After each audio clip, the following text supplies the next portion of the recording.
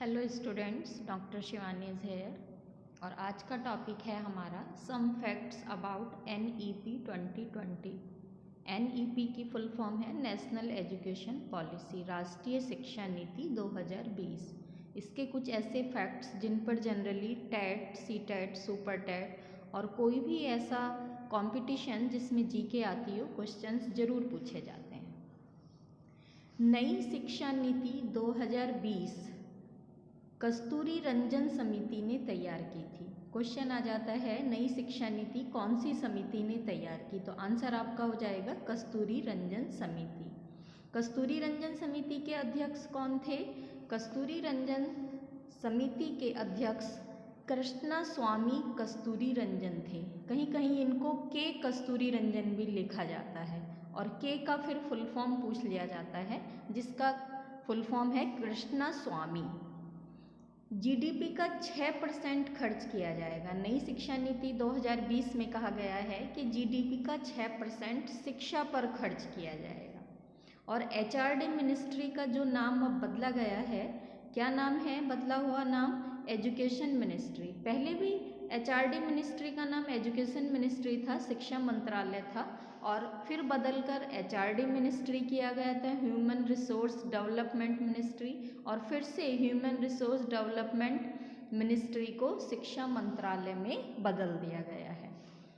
और 10+2 जो existing structure है शिक्षा का, अब उसको चेंज कर दिया गया है नई शिक्षा नीति में 5+3+3+4।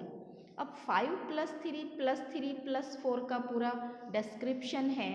5 को इसमें क्या कहा गया है? फाउंडेशन। फाउंडेशन 2 पार्ट में कर दिया है इन्होंने। 3+2, 3 है इसमें प्ले और 2 है 1 and 2 क्लास। इसके बाद 3 को कहा गया है प्रीपेट्री। प्रीपेट्री में कौन कौन सी क्लास आएंगी? 3, 4, 5, और एग्ज़ाम भी आपके 3 क्लास 3 से ही स्टार्ट होंगे। इसके बाद 5+3+3, दूसरे 3 में कौन सी क्लासेज आएंगी? इसको कहेंगे मिडिल स्टेज, और इसमें क्लासेज आएंगी 6, 7, 8। और वोकेशनल एजुकेशन 6 क्लास से शुरू की जाएगी। कोई भी ऐसा व्यावसायिक पाठ्यक्रम जिसमें बच्चे की रुचि हो, वो 6 क्लास से उस पाठ्यक्रम को पढ़ सकता है। एक एक पॉइंट से क्वेश्चन बनता है। कुछ भी कंपटीशन में, एग्ज़ाम में कुछ भी पूछा जा सकता है, B.Ed के एग्ज़ाम्स में, DLED में। अब 5+3+3+4, अब +4 क्या है? ये है आपका सेकेंडरी। 9, 10, 11, 12, और 9, 10, 11, 12 में क्या चेंज आया है? No stream. कोई स्ट्रीम आपको सेलेक्ट नहीं करनी है, कोई भी सब्जेक्ट आप ले सकते हैं। और इसमें 2 बार एग्ज़ाम की बात कही गई है। 10th में बोर्ड एग्ज़ाम बंद किए जाएंगे। 10th में बोर्ड नहीं होगा, लेकिन 2 बार, जैसे कि इस बार भी एग्ज़ाम हुए हैं, आप में एक बार ऑब्जेक्टिव टाइप, जिसको आप हाफ अर्ली या सेमेस्टर 1 कह सकते हैं, और सेमेस्टर 2 में आपका सब्जेक्टिव टाइप पूछा जाएगा। इसके बाद नेशनल एजुकेशन पॉलिसी 2020 को कैबिनेट ने मंजूरी कब दी? तो आंसर आपका होगा 29 जुलाई 2020।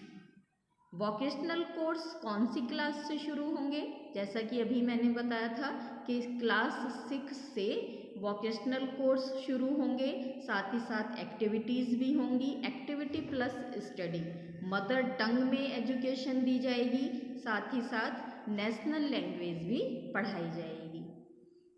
ग्रेजुएशन 4 इयर्स का होगा। हायर लेवल पर क्या चेंज हुए हैं? ग्रेजुएशन 4 इयर्स का होगा। जैसे पहले यदि किसी बच्चे ने फर्स्ट ईयर करके कोर्स छोड़ दिया तो उसका लैप्स हो जाता था, उसको कोई डिग्री या सर्टिफिकेट नहीं मिलता था, लेकिन अब ऐसा नहीं है। यदि आपने 1 साल किया है तो सर्टिफिकेट आपको मिल जाएगा, 2 साल की पढ़ाई करी है तो डिप्लोमा मिल जाएगा, 3 साल पढ़ाई करी है तो डिग्री मिल जाएगी, और यदि 4 ईयर वाला आपने ग्रेजुएशन किया है तो आपको रिसर्च उसमें पढ़ाई जाएगी और डिग्री विद ऑनर्स मिलेगी। और 2030 तक सकल नामांकन अनुपात, जिसको GER बोलते हैं, ग्रॉस एनरोलमेंट रेशियो।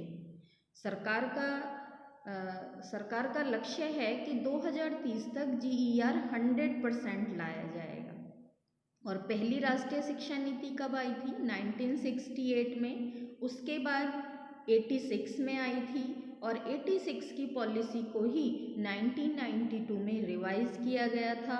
और अब 86 के बाद NEP 2020 राष्ट्रीय शिक्षा नीति 34 साल बाद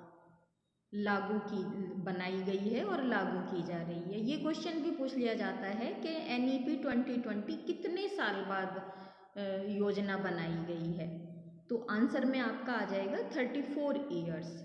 और सबसे पहला राज्य जिसने NEP 2020 को अपने यहाँ इम्प्लीमेंट किया, काफ़ी कॉम्पिटिशन्स में क्वेश्चन आता है, अभी पीछे हायर लेवल का एग्ज़ाम हुआ था उसमें भी ये क्वेश्चन आया था कि सबसे पहले कौन से स्टेट ने अपने यहाँ इम्प्लीमेंट किया है NEP 2020 को, तो आंसर आ जाएगा कर्नाटक। और इसके बाद मध्य प्रदेश ऐसा दूसरा राज्य बना जिसने अपने यहाँ NEP 2020 को लागू किया है। और भी यदि ऐसी ही वीडियो आप देखना चाहते हैं जो नॉलेजेबल हैं, तो students you can write in comment box और subscribe the channel and like and share the video. Thank you.